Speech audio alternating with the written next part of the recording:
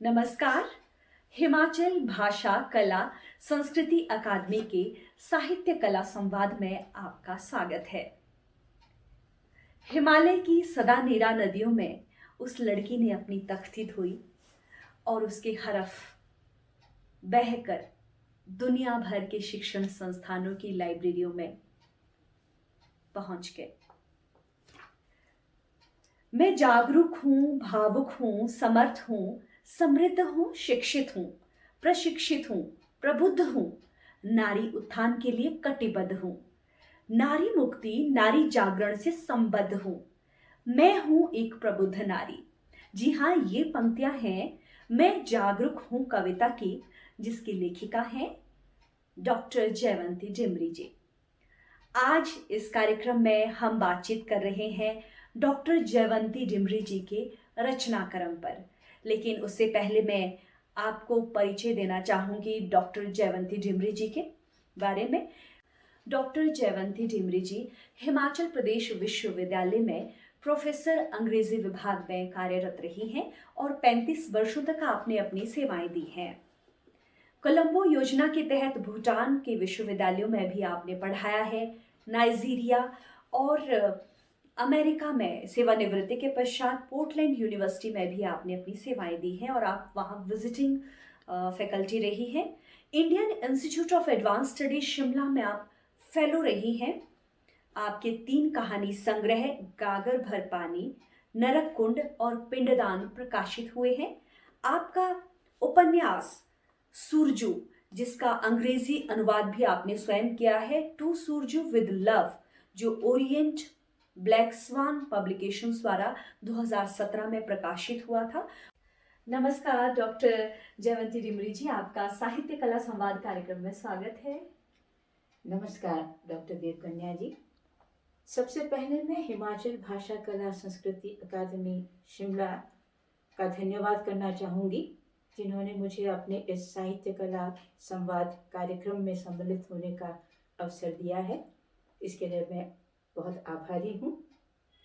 जी, सबसे पहले तो आपके जीवन में लेखन की शुरुआत कहाँ से हुई, कैसे हुई, इसके बारे में हम जानना चाहेंगे।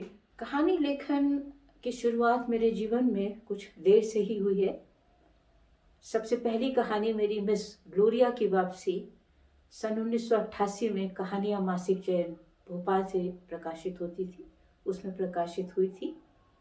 और इसका श्रेय मैं अपने शिमला प्रवास को ही देना चाहूँगी, क्योंकि जब मैं शिमला आई और उस समय मुझे अचानक ये लगा, इवनिंग कॉलेज में मैं पढ़ा रही थी, बहुत समय मिला और अचानक ऐसा लगा कि मन में बहुत सी जो बातें उमड़ रही थी बहुत समय से, कि वो जैसे बाहर आना चाहती हैं, और इसके बाद कहानी लिखने का एक क्रम जैसा बन गया। डिमरी जी, हम आपके लेखन के बारे में विस्तार से आगे चर्चा करेंगे, लेकिन आपसे एक बात जानना चाहेंगे कि एक किताब घर प्रकाशन की ओर से एक कहानी संग्रह आया था, गुलमोहर फिर खिलेगा। उसमें आपकी एक कहानी साक्षात्कार थी, जिसके लिए आपको आर्य स्मृति सम्मान से सम्मानित किया गया।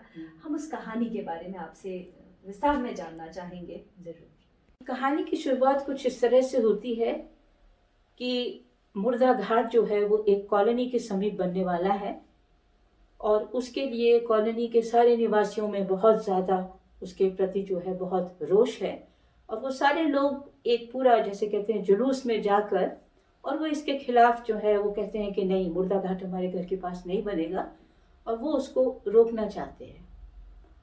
तो जब वहाँ पर चले जाते हैं तो जब उनको लगता है, जो लोग शव यात्रा में आए हुए थे उसमें से वो एक पोस्टमार्टम का केस था, और वो सारा उसको वहाँ पर छोड़ के चले जाते हैं जब उन्हें लगता है कि ये लोग आ गए हैं और दंगा हो सकता है।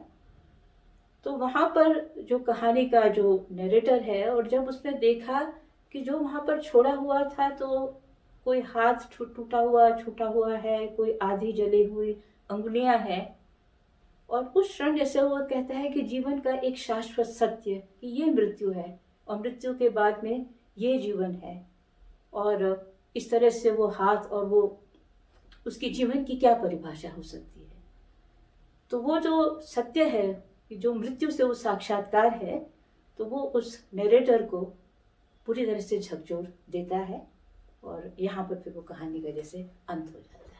डिमरी जी, आपका एक लघु उपन्यास कह सकती हूँ, वैसे तो वो कहानी संग्रह है पिंडदान, जी जिसमें एक पहला आपका एक 70-80 पेज का उपन्यास है पिंडदान। जी। तो जिस तरह की कथा बिंब आपने उसमें प्रस्तुत किया है, तो आपको कहाँ से प्रेरणा मिली इस तरह का एक लघु उपन्यास लिखने की? और 4-5 कहानियां भी उसमें है, संकलित हैं। इस पुस्तक के बारे में जानना चाहेंगे आपसे। जी हाँ, पिंडदान जैसे आप जानते हैं कि ये एक मात्र एक धार्मिक कर्मकांड नहीं होता है, अपितु ये पितरों के प्रति आदर, निष्ठा, सम्मान, आस्था, प्रेम, श्रद्धा और समर्पण का प्रतीक है। ये वर्तमान का भूत को इस आदर, प्रेम और श्रद्धापूर्ण ऋण अदायगी का ये एक धार्मिक प्रतीकात्मक अनुष्ठान है, जिसका अधिकार सिर्फ पुरुषों को है।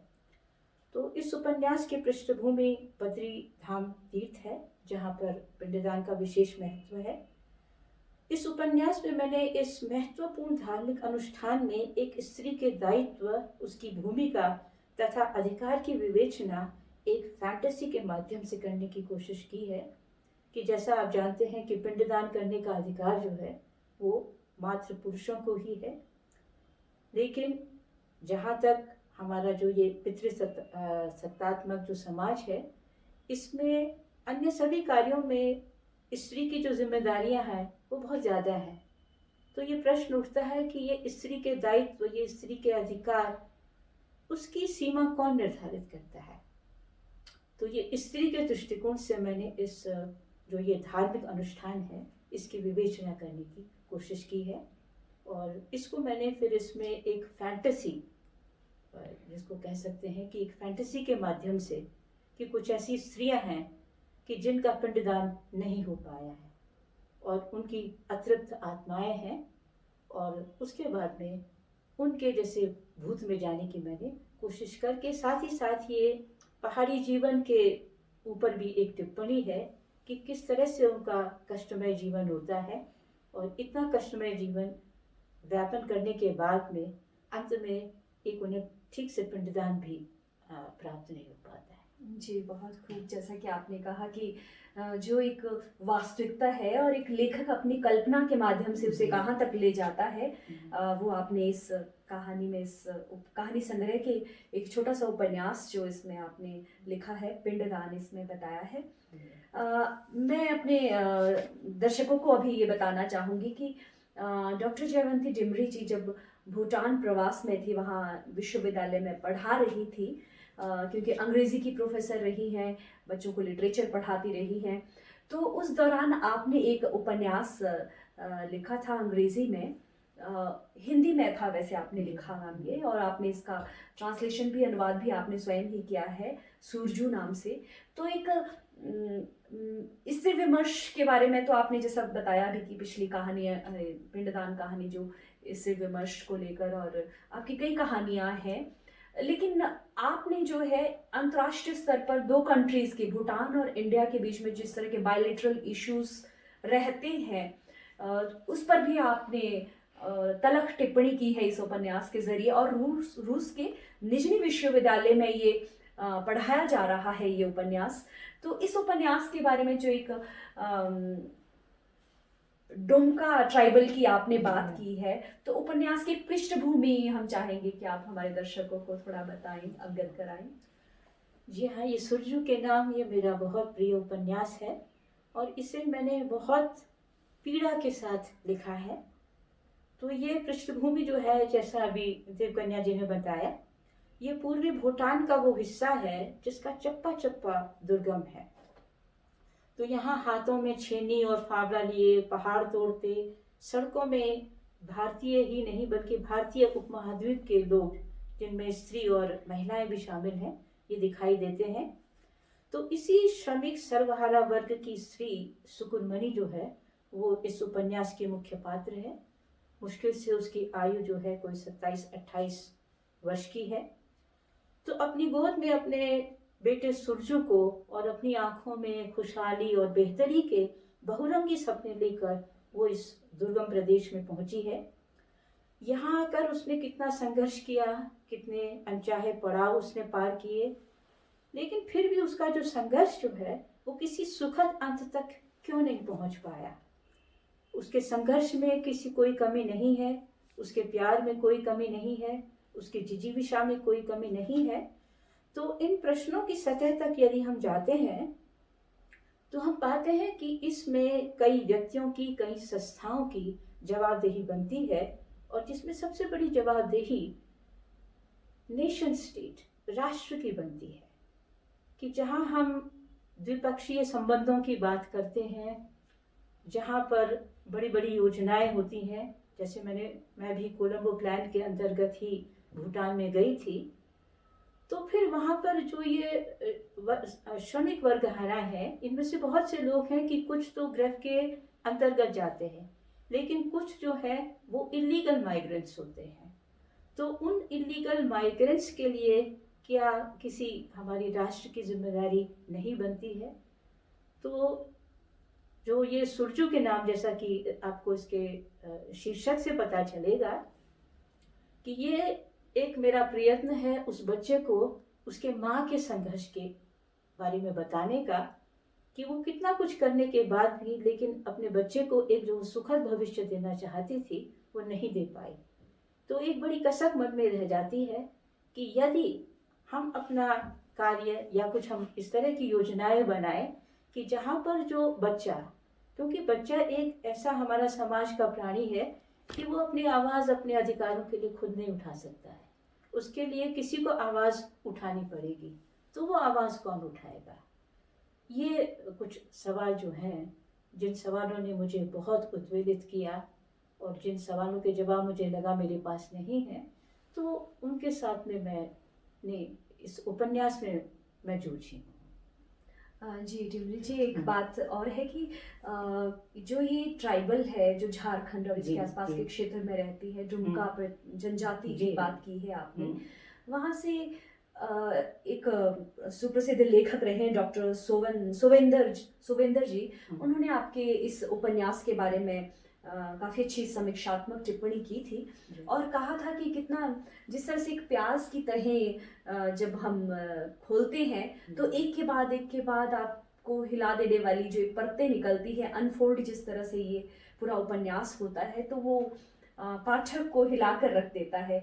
मैं यहाँ पर आपके इस उपन्यास के कुछ किस तरह से आपने कथा बिंब को एक धागे में पिरोया है, तो मैं आप यहाँ अपने दर्शकों को कुछ पढ़कर बताना चाहूंगी बीच में से इसी उपन्यास का एक अंश। आप सुनिए। वह यूं ही शून्य में ताकती जमीन पर बैठती थी। उसके चेहरे की वह चिकनी खाल खुर्द खुश्क हो गई थी। न सिर में तेल, न बालों में कंघी, वह सब साज श्रृंगार तो लतीफ के साथ ही चल गया। सारे घरों में काम उसने पहले ही छुड़वा दिया था। माँ बेटे का संवाद भी आजकल हाँ हूं तक ही सीमित रह गया था। सुरजू झटपट बिना कुछ अधिक बातचीत किए जो मिलता खाता और कमरे से बाहर हो लेता। माँ की परेशानी उससे अधिक और कौन समझ सकता था।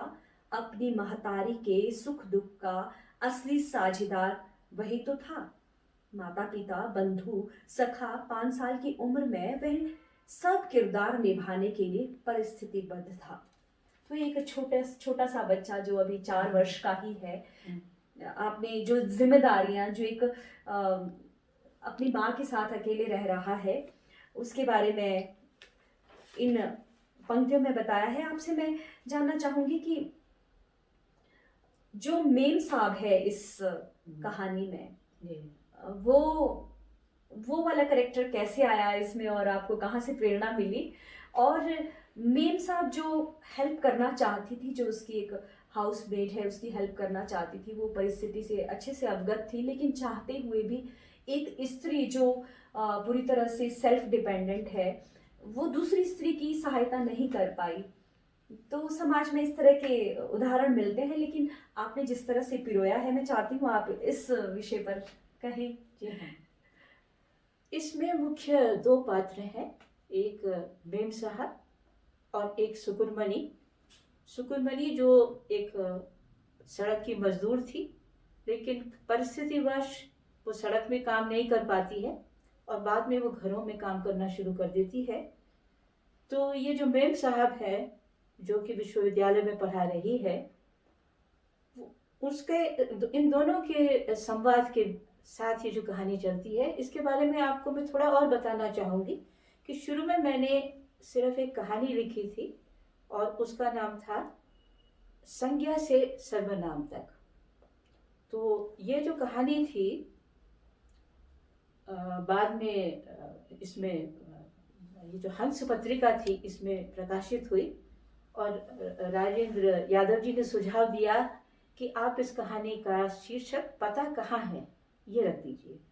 तो पता कहाँ है, वहाँ से ये कहानी शुरू हुई थी कि किस तरह से सुकुरमणि जो है वो मेम साहब से एक चिट्ठी लिखवाने के लिए आती है और ये चिट्ठी लिखने के बाद में इन दोनों महिलाओं में संवाद बनता है।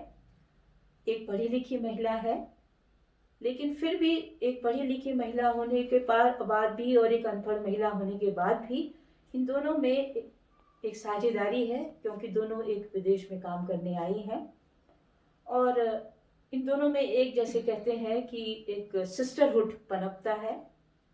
मेम साहब पूरी इसकी मदद करना चाहती हैं, लेकिन फिर जो है एक कुछ सामाजिक इसे कह सकते हैं कि कुछ सामाजिक वर्जनाएं हैं या कुछ सामाजिक जो कह सकते हैं आप परिस्थितियां हैं कि वहाँ पर वो मेम साहब सुकुरमणि की मदद करना चाहते हुए भी वो मदद नहीं करना चाहती है, क्योंकि जो सुकुरमणि का जिस तरह का उसका आचार विचार है, जिस तरह से उसका जीवन शैली है, वो जीवन शैली दोनों की आप जैसे कह सकते हैं कि उनमें पटरी नहीं बैठती है। और फिर मेम साहब भी क्योंकि अकेली रहती हैं तो उन्हें भी अपनी प्रतिष्ठा को बचा के चलना है। तो जहाँ पर ये सवाल है कि वो सुकुरमणि उनके घर में रहना चाहती है तो वो मदद वो नहीं कर पाती है और वो मदद नहीं कर पाने की बाद में सुकुरमणि को बहुत बड़ी कीमत देनी पड़ती है।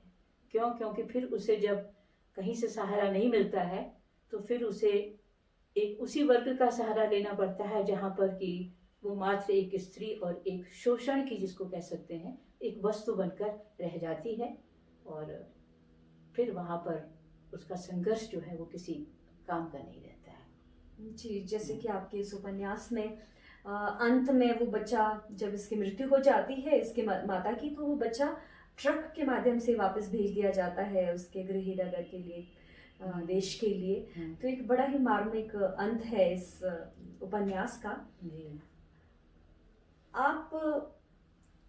आपका एक मेमोयर है, प्रकाशित हुआ है भूटान, जो आपने अपने भूटान प्रवास के दौरान जाहिर है लिखा होगा।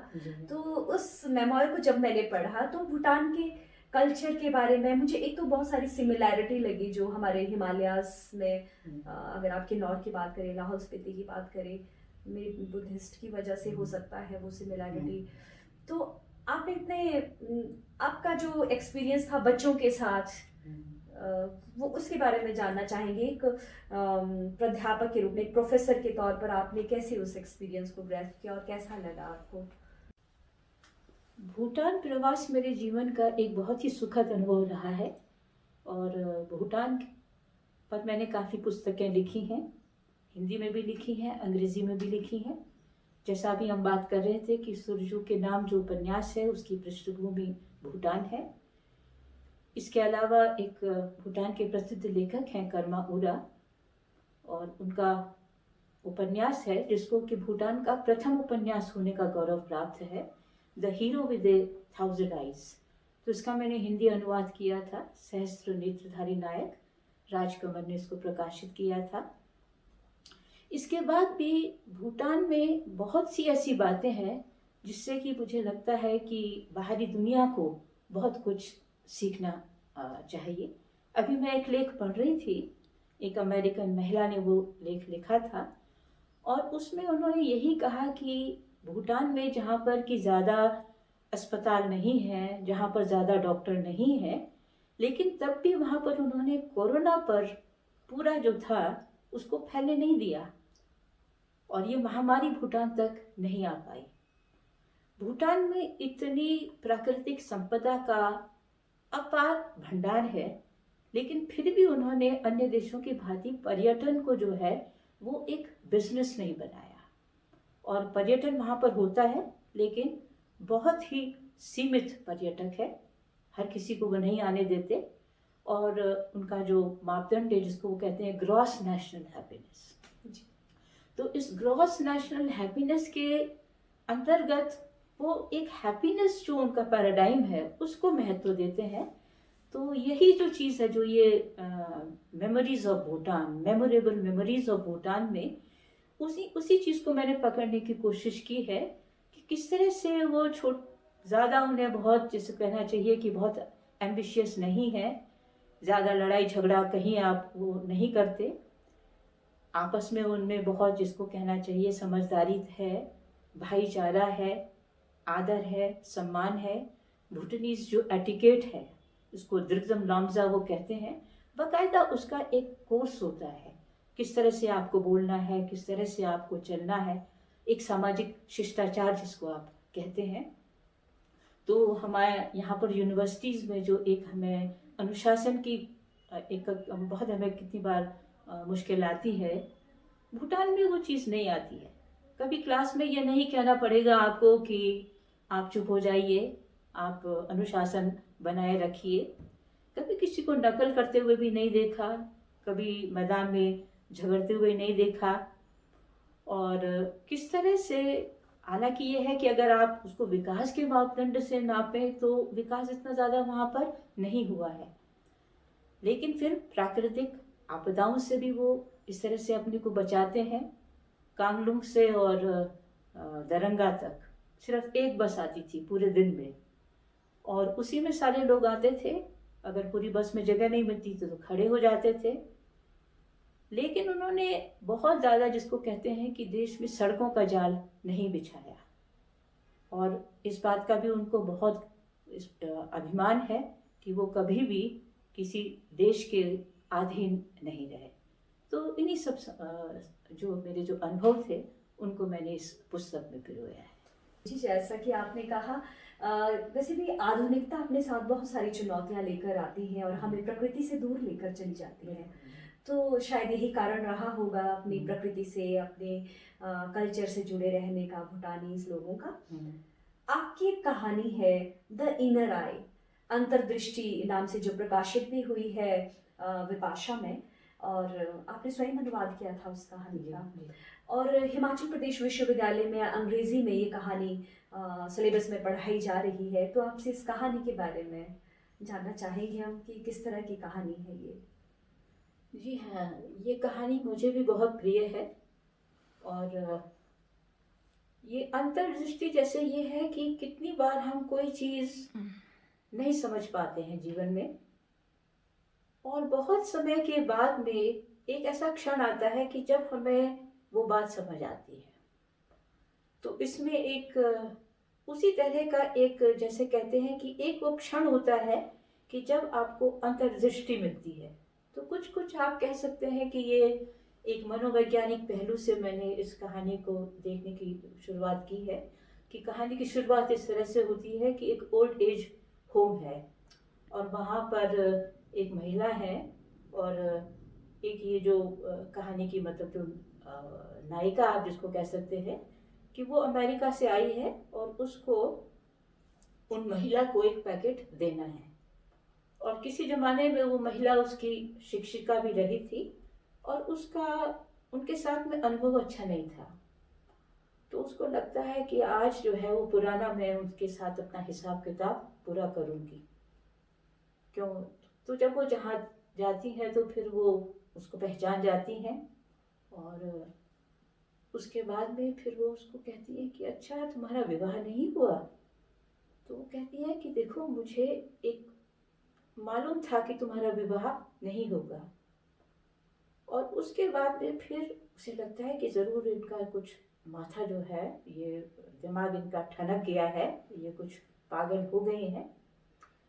और उस समय वो बिल्कुल, वो जो लेडी कहती हैं कि वो फिर वो एक जैसा बड़ा अजीब सा, जो एक फैंटेसी, जैसे आप कहें, फैंटेसी तो उसको हम नहीं कहेंगे, लेकिन एक जिसको आप कह सकते हैं कि कभी एक आपको एक दृष्टि मिलती है कि एक दृष्टि जिसमें कि आप भूत को देख सकते हैं। और फिर वो इस तरह से बात करती है कि वो कहती है कि मुझे जो था एक ऐसी दृष्टि थी, और उस दृष्टि में जैसे मैं किसी का भविष्य देख लेती थी, तो उस एक दृष्टि में मैंने तुम्हें, उस अंतर्दृष्टि में जैसे मैंने तुम्हारा भविष्य देख लिया था। तो उसको लगता है ये तो पागल हो गई है, फिर उसके बाद वो चली जाती है। तो मतलब एक जिसको कह सकते हैं कि एक अनएंडिंग, जिसे कहते हैं ओपन एंडिंग, तो एक ओपन एंडिंग पर वो कहानी खत्म हो जाती है कि क्या वो पागल हो गई थी या सच में उनके पास एक अंतर्दृष्टि थी जिसमें कि उन्होंने इस जो नायिका है इसका भविष्य देख लिया था। बहुत खूब। आपकी एक और कहानी है जो मैसूर विश्वविद्यालय के पाठ्यक्रम में बहुत वर्षों तक पढ़ाई गई, सांप से कछुए तक का सफर। इस कहानी के पृष्ठभूमि के बारे में आपसे जानना चाहेंगे।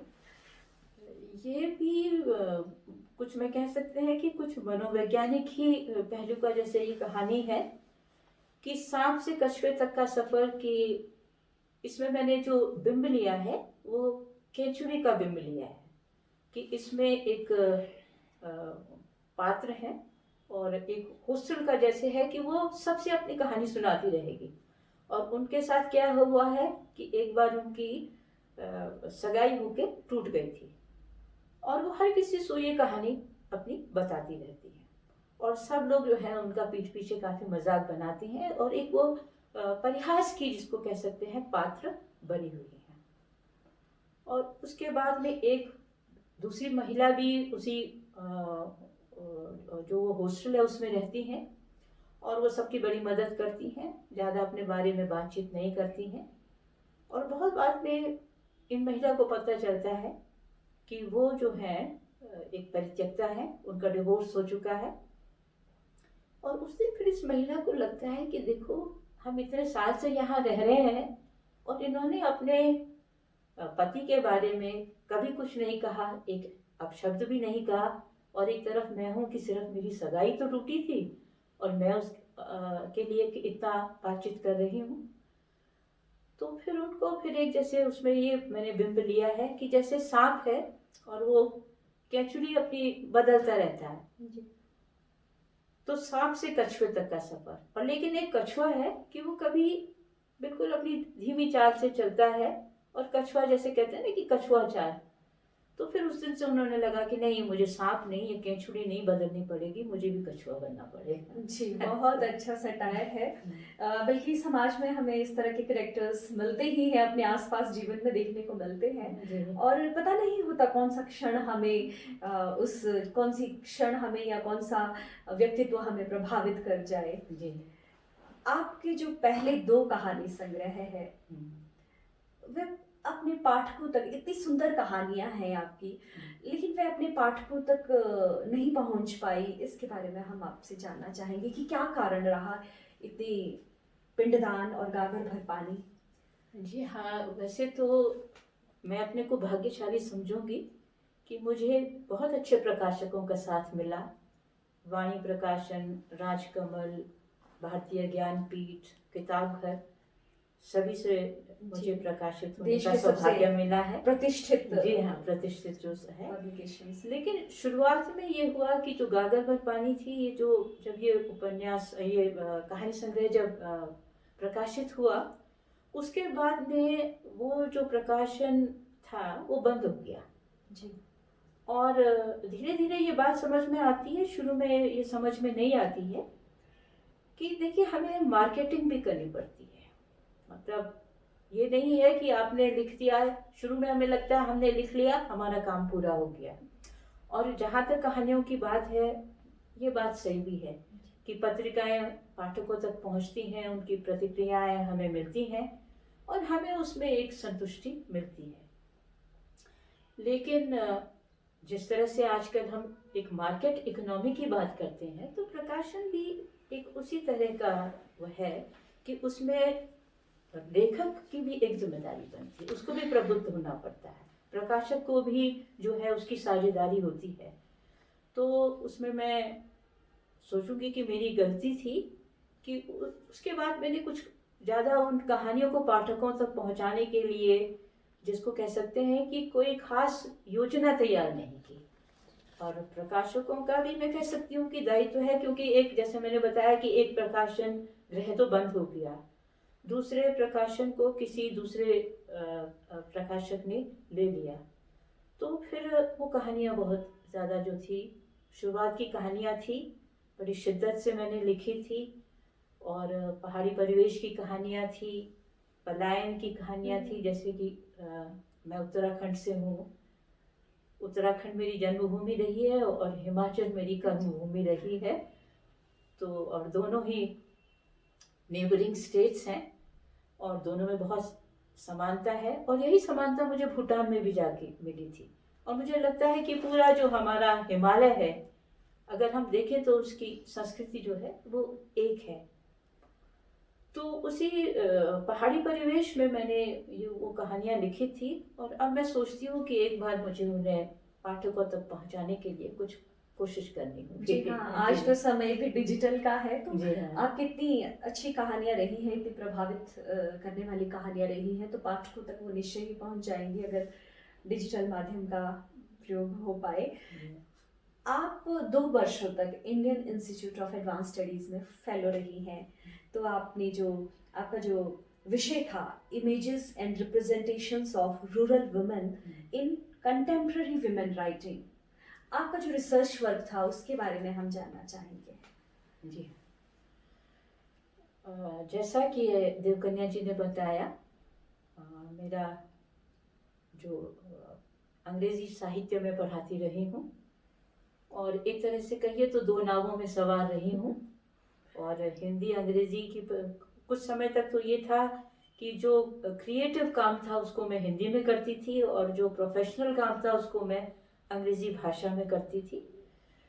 तो ये images and representation of contemporary women's writing, इसमें मैंने अपना जो हिंदी का जो कह सकते हैं मेरा जो अनुभव है उसका फ़ायदा लिया, और रीजनल जो राइटिंग्स जो है, जो हिंदी में उपलब्ध थी, जो अंग्रेज़ी में उपलब्ध थी, उन महिला उपन्यासकारों को मैंने लिया। जैसे हिंदी में मैत्रेयी पुष्पा हैं, और कृष्णा सोपती जी हैं, अंग्रेज़ी में कमला मार्कंडे, अरुंधति रॉय, पंजाब में दिलीप कौर तिवाड़ा, असम में इंदिरा गोस्वामी, और कर्नाटक में टी इंदिरा, उनका फणियम्मा। तो ये 6-7 उपन्यास हिंदी के जो महिला उपन्यासकार थे, इनको मैंने लिया, और साथ में इनका तुलनात्मक अध्ययन मैंने किया।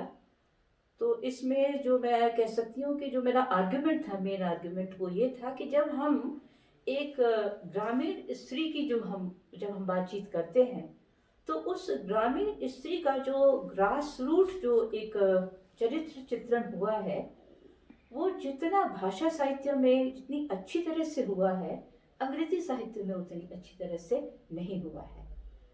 जबकि जब हम भारतीय स्त्री की बात करेंगे, साहित्य में उसका जो प्रतिनिधित्व होगा, तो उसको हम अंग्रेजी उपन्यासों के आधार पर ही करते हैं। तो भाषा साहित्य का जो एक हमारा जो एक समृद्ध साहित्य है, ये अच्छी बात है कि अनुवाद के द्वारा आजकल वो जो साहित्य है वो पाठकों तक पहुंच रहा है, और यहाँ पर अनुवाद जो है वो एक उसकी बहुत महत्वपूर्ण भूमिका हो जाती है।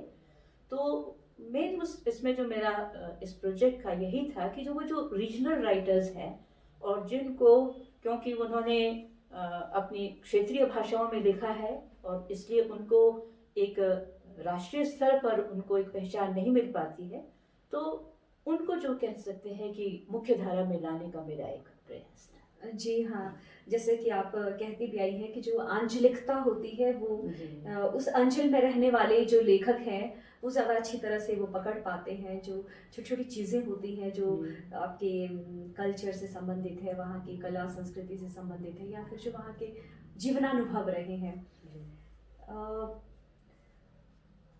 निर्मल जी कहते हैं कि निर्मल वर्मा जी के निबंधों में एक जगह बात आती है कि जो स्मृति और अनुभव के बीच में जो एक क्षण आता है, तब एक लेखक कहानी लिख पाता है। और आपने इतनी सारी कहानियां लिखी हैं, तो आपके बहुत सारे जीवन में यादगार क्षण रहे होंगे। आपने उपन्यास लिखे, कहानियाँ लिखी, मेमोइर्स लिखे, आपने कविताएं भी लिखी हैं। और जो एक कल्पना, जो एक कथा बिंब रहते हैं, और जो एक कविता में जो बिंब रहते हैं, और जो कल्पनाओं में लेकर आप चली जाती हैं अपने पाठक को, सुनने वाले को, तो हम चाहते हैं कि आज के इस कार्यक्रम में आप हमें कम से कम अपनी 2-3 कविताएं तो सुनाएं। जरूर। इस कविता का शीर्षक है साझेदारी माँ बेटी की। ठंडे चूल्हे की राख समेटती, दर्जनों आंसू बहाती, दर्जनों गटकती, माँ के काले स्याह घेरों को एकटक निहारती, फर्श को नाखूनों से रगड़ती, फर्श की रगड़ खाती, आंसुओं को कपड़ों के आर पार गरकाती गटकती, माँ के आंसुओं की राजदार बेटी ने माँ के दुखों की पोटली सहेज कर रख ली है अपने सीने में। राख की सी पोटली से फूटेंगी एक दिन चिंगारियां, दूर दूर तक ले उड़ेंगी जिन्हें आंधियां, अट्टालिकाओं को झुलसाती, चिमनियों से धुआं उगलती, कालिक फैलाती, आग की यहाँ वहाँ चिटकती फिटकती चिंगारियां जला डालेंगी एक दिन उसी की बेटी का दामन। अंधेरे बंद दरवाजों की दहलीज पर ठिठकी, गुमसुम गमगीन, बंद कमरे के तापमान के अनुमान में तल्लीन, खुलते द्वार के प्रहार से चौंकती, दरवाजे के ओट खड़ी माँ के चेहरे की इबारत बाँचती, माँ के कहे अनकहे संवादों की हमराज बेटी ने माँ के कहे अनकहे जवाबों की पोटली सहेज कर रख ली है अपने सीने में। फूटेंगी सी पोटली से एक दिन कटीली नाग फनी की झाड़ियां, उर्वरा धरती को उसराती, कालिक फैलाती, राहगीरों के देह दामन को चीरती चिरेरती, कटीली झाड़ियां उगाएंगी एक दिन उसकी बेटी के आंगन। एक ही और कविता पढ़ रही हूँ। इसका शीर्षक है पगडंडी जो बन गई है सड़क।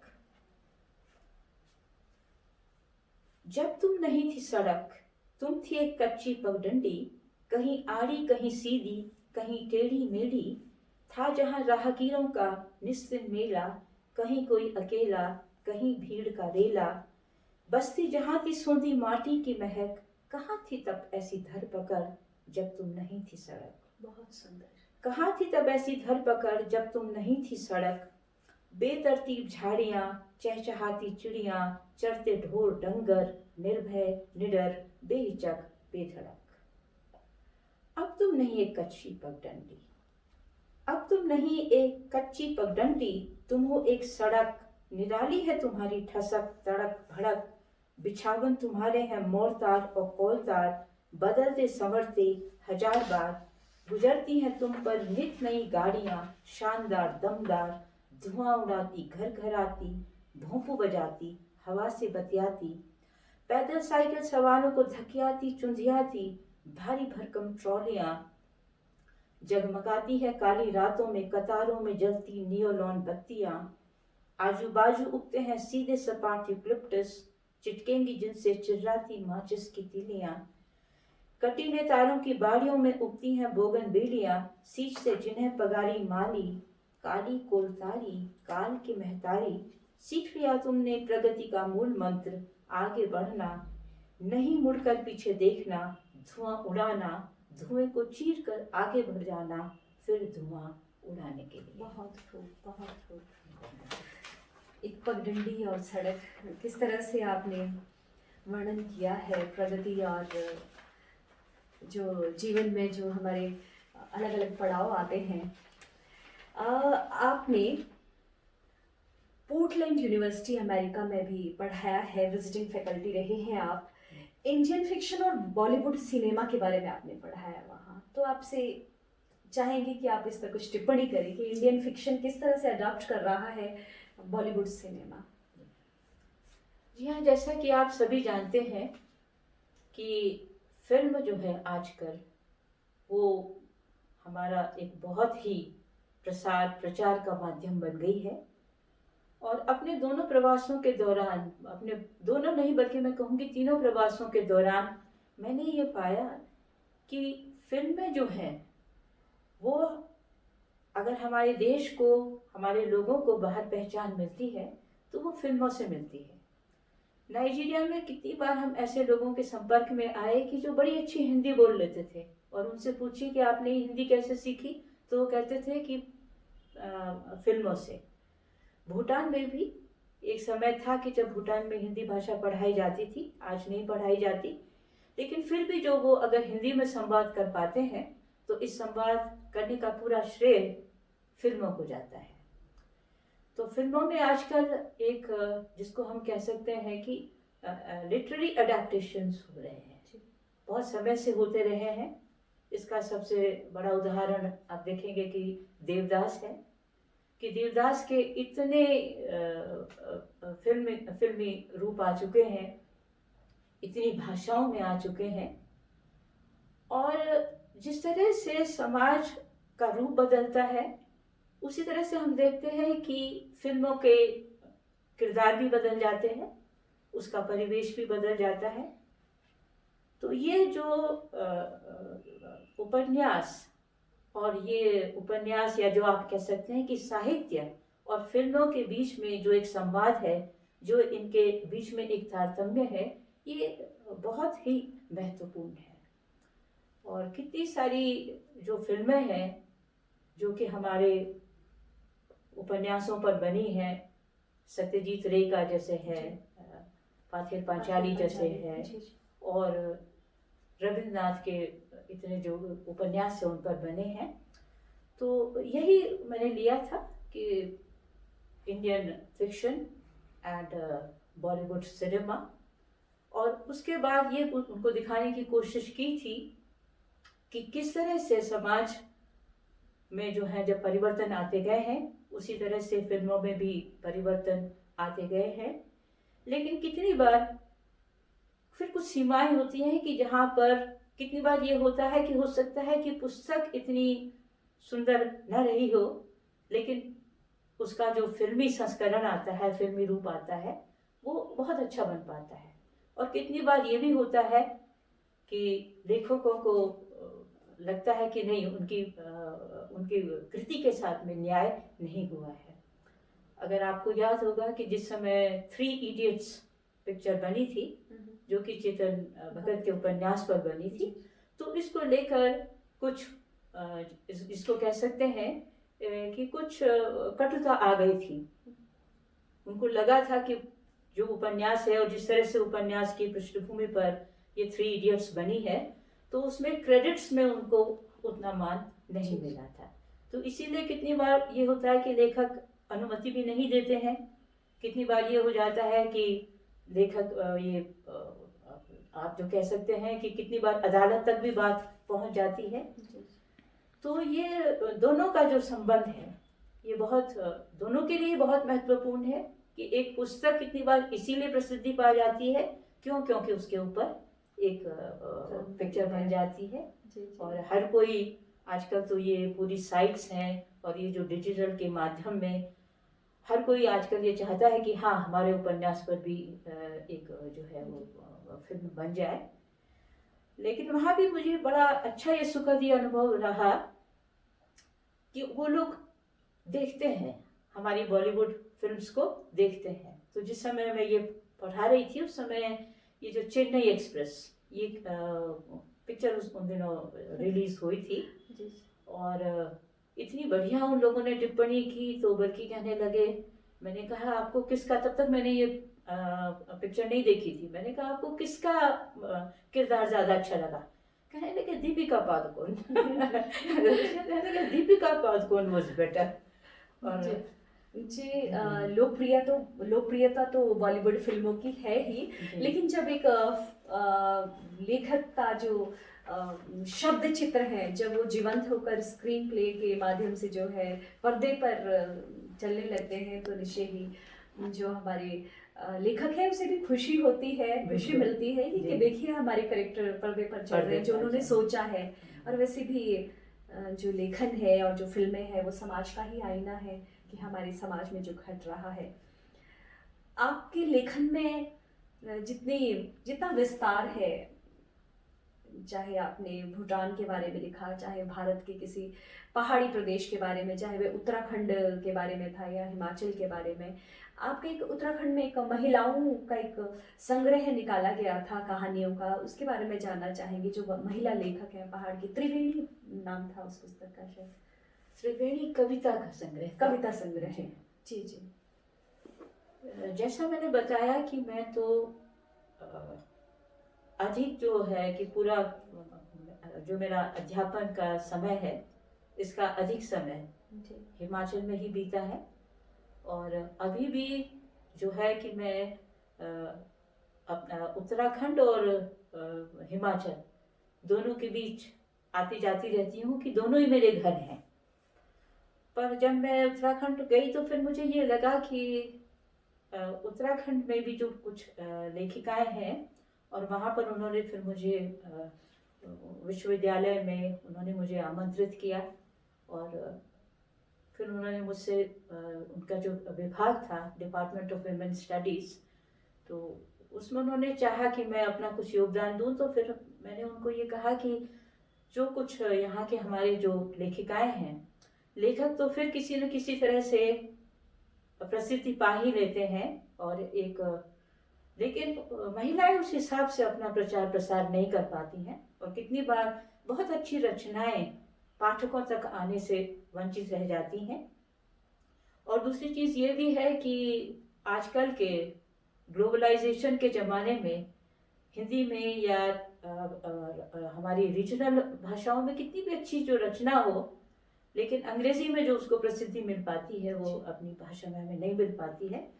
तो इसी उद्देश्य से फिर हमने ये चाहा, और वहाँ पर एक गुरु राम राय कॉलेज है, गुरु राम राय अब तो यूनिवर्सिटी भी हो गया है, तो वहाँ पर उनके डिपार्टमेंट ऑफ वुमेन स्टडीज़ के डॉक्टर मधु सिंह, तो हम दोनों ने मिलकर फिर विमेन राइटर्स ऑफ उत्तराखंड, इन कुछ को उसमें से जो था फिर अंग्रेजी में अनुवाद किया, कुछ कहा इनकी कविताओं का भी किया। 2 संग्रह हमने निकाले त्रिवेणी की। त्रिवेणी में 3, एक लोकल भाषा, उसके बाद हिंदी और उसके बाद अंग्रेजी।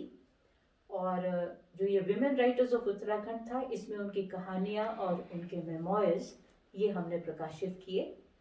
और उसके बाद में मुझे विश्वास है कि ज़रूर पाठकों ने उनको अंग्रेजी में पढ़ के उनको पहचान मिली होगी। जी, निश्चय ही सराहा होगा महिलाओं का इतना अच्छा प्रयास रहा है।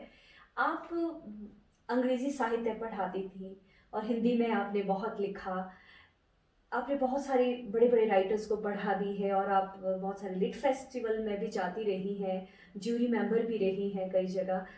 आपसे एक तो आपके जो लेखन में किसका, आपको क्या लगता है कि किस लेखक से आप ज़्यादा प्रभावित हैं? देखिए, लेखक से तो अब वो तो पाठक बता सकते हैं, क्योंकि खुद कहना, लेकिन ये है कि हाँ, जो हम पढ़ते हैं वो कहीं ना कहीं उसको हम आत्मसात तो करते हैं। और कहानी लिखने की भी यही प्रेरणा तभी मिलती है कि जब हम पढ़ते हैं तो हमें लगता है अच्छा, ऐसा कुछ हम भी कहना चाहते थे, और हम फिर उसको कहने की कोशिश करते हैं। तो मेरा जो पीएचडी है वो अर्नेस्ट हेमिंग्वे की कहानियों पर मैंने पीएचडी की थी। और अर्नेस्ट हेमिंग्वे एक बहुत ही नोबेल पुरस्कार प्राप्त एक कहानीकार, उपन्यासकार हैं, और उनकी कहानियों को मैंने बहुत, क्योंकि वो मेरा शोध का विषय था, तो उनको मैंने बहुत पढ़ा है। और हिंदी में तो जैसे मुझे पढ़ने का शौक़ रहा है तो सभी को पढ़ा है, तो ये कहना बड़ा मुश्किल होगा। पर हाँ, मैं ये कह सकती हूँ कि मेरे कौन पसंदीदा कहानीकार हैं, कि जैसे कृष्णा सोबती हैं, अमृता प्रीतम हैं, मैत्रेयी पुष्पा हैं, नासिरा शर्मा जी हैं। अभी पीछे दिनों नासिरा शर्मा जी को पुरस्कार मिला था, तो उनके साथ में मैंने कार्यक्रम किया था, तो उनकी कृतियों को बहुत मैंने पढ़ा है। और अलका सरावगी हैं, गीतांजलि श्री हैं, तो इन सभी को इनको पढ़ा है। और अगर आप कहें कि आंचलिक में, तो अगर आपने प्रेमचंद को नहीं पढ़ा, अगर आपने विभूति भूषण बंदोपाध्याय को नहीं पढ़ा, तो इनके बगैर नागार्जुन हैं, परिचय में। तो ये सब इतने जो ये लेखक है इतना हमारा जिसको कह सकते हैं समृद्ध हमारी एक साहित्यिक परंपरा है कि उससे हमारे पास लेने के लिए बहुत कुछ है। और आजकल के जीवन में एक जो चीज़ आ रही है खासतौर से जब से ये इंटरनेट और ये कि पढ़ना थोड़ा कम हो रहा है, तो हम उस पीढ़ी का प्रतिनिधित्व करते हैं जहाँ पर कि ये डिजिटल एज नहीं थी, तो जो कुछ था हम किताबों से ही पढ़ते थे, लाइब्रेरी में पढ़ते थे। एक ज़माना तो ये था कि जब फोटोस्टेट भी नहीं कर पाते थे, तो उसमें तो ये था कि आपको किताब पढ़नी है और वापस करनी है। तो हर जो सुविधा हमें मिलती है उसके फ़ायदे भी होते हैं, उसके नुकसान भी होते हैं। तो लेकिन जो प्रिंट मीडिया का जो मुकाबला है, मैं नहीं सोचती हूँ कि वो डिजिटल उसको कर सकता है। तो पढ़ना जब हम पढ़ते रहते हैं तो वो हमारी लेखनी में वो ज़रूर आ जाता है। जी, लिखने के लिए पढ़ना बहुत और ज़रूरी लिखने है। के लिए पढ़ना बहुत ज़रूरी है। जी। तो आपकी हाल ही में ये पुस्तक अभी वैसे आपने अभी हाल ही में प्रकाशित जी, होकर आई है, अभी पाठकों तक शायद नहीं पहुंची जी, है। जी। तो हम चाहेंगे कि हमारे दर्शक जो अभी देख रहे हैं, बहुत सुंदर पुस्तक है, memorable memories of Bhutan land of Drukpas. तो ये पुस्तक अभी अभी अभी हाल फिलहाल में डॉक्टर जयवंती डिमरी जी की आई है, जो जो इन्होंने अपने भूटान प्रवास के दौरान लिखी है। आपके लेखन के बारे में बातचीत करने के लिए, आपके रचना कर्म के बारे में बातचीत करने के लिए बहुत है, क्योंकि आपने इतना कुछ लिखा है और अभी भी आप अपने लेखन कार्य में व्यस्त हैं। और हम उम्मीद करते हैं कि शीघ्र ही आपकी एक और नई पुस्तक आने वाली है, जिसके लिए आपने कहा है कि आप अभी बताना नहीं चाहेंगे। तो आज के इस कार्यक्रम में आपसे बातचीत करके बहुत अच्छा लगा और हमें उम्मीद है हमारे दर्शकों को भी बहुत अच्छा लगा होगा। आपका कार्यक्रम में साहित्य कला संवाद में आने के लिए और दर्शकों से रूबरू होने के लिए धन्यवाद। धन्यवाद। नमस्कार।